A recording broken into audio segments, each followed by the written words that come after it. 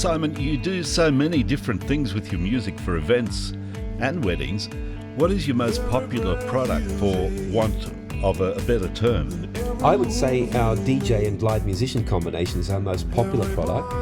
I think it's because it's very self-contained, it's easy to set up, and it's very punchy and it's not too loud, especially in smaller rooms where cumbersome drum kits can be a problem. You referred to a mashup. Explain that to me.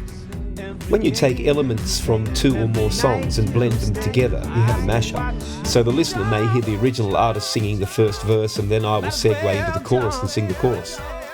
It's a lot of fun. It's using technology to bring the fun of all those classic songs to the event.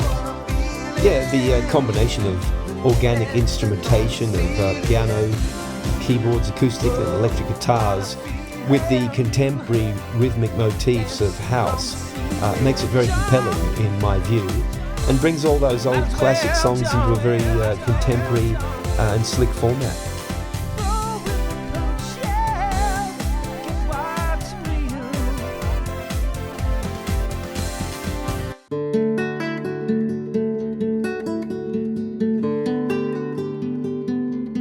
I've known you for quite a long time. I know you're very, very talented with your music, but this little bit I need itemised.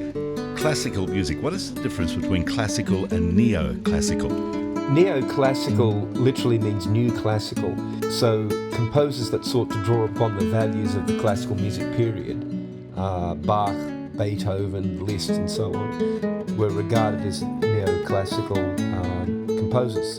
The combination between muso and the DJ, what sort of effect does this have with the music at an event? For example, classical style still relevant for an event, and how do you then blend into the DJ side of things?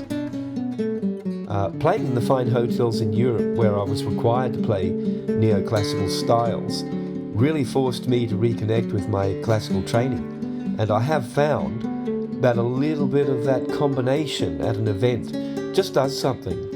It's like a little sprinkle of something to an event. I have found that by integrating a little bit of the classical touch, especially jazz, seems to affect the mood of an evening in a way that's not really easy to describe. Especially jazz, where you have very compelling yet subtle rhythms, especially Latin jazz, where the rhythms are not overpowering, but they're contagious and very appropriate to, say, a dinner setting. It's like watching a movie where there's a climax and an epilogue, or an introduction and a gradual intensity of activity or dialogue. You start the evening with something a little elegant and traditional. It seems to prep people even the more to want to dance and party.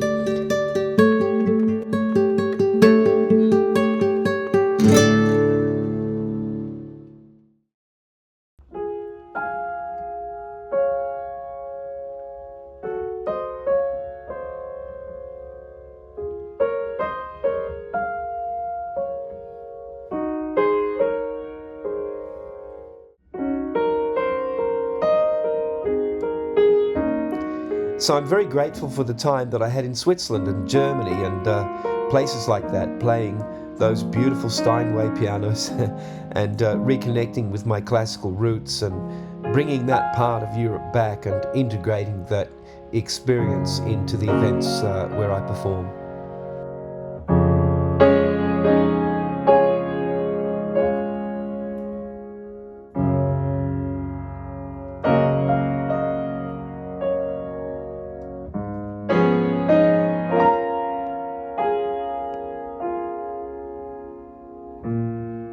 Tell me about some of your experiences having had played overseas in just about every major hotel throughout the world. I was resident pianist at the Dolder Grand Hotel in Switzerland. I was on long contracts, and it was expected of me to maintain and develop really large and diverse repertoires.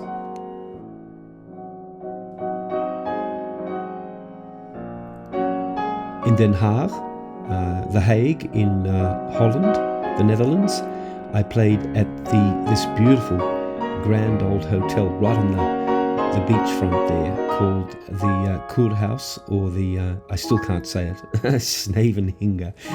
Very difficult to pronounce.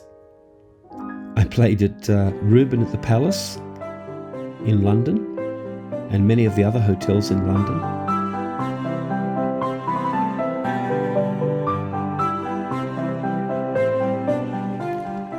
Another highlight was the Atlantic Kempinski Hotel in Hamburg, a very funky hotel. One of the highlights of my time in the Caribbean was playing New Year's Eve on 2008 at the Sopranos Piano Bar.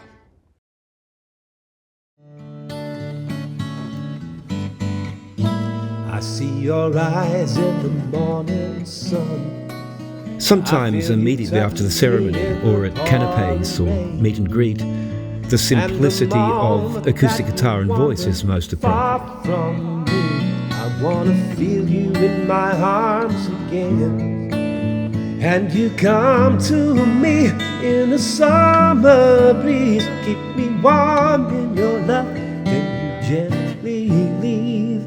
It's me who needs to learn. How deep is your love? Is your love? How deep is your love?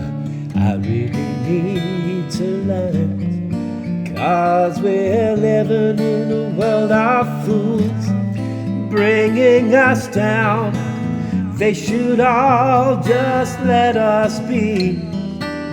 We belong to you and me.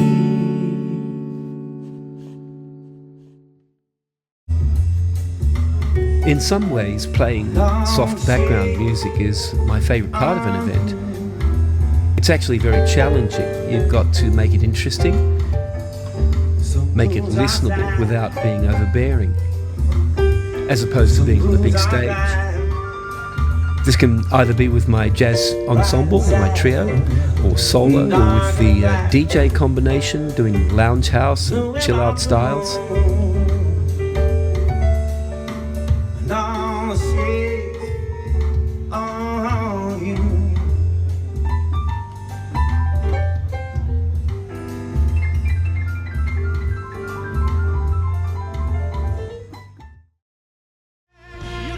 And of course, I just love working with a full band format and having that opportunity.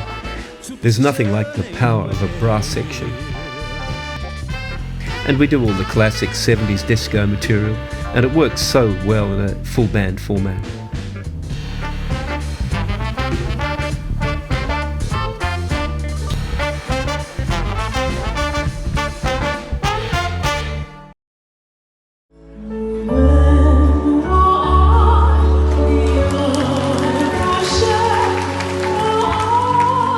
A number of years ago, I had the very great pleasure of meeting Clara Helms.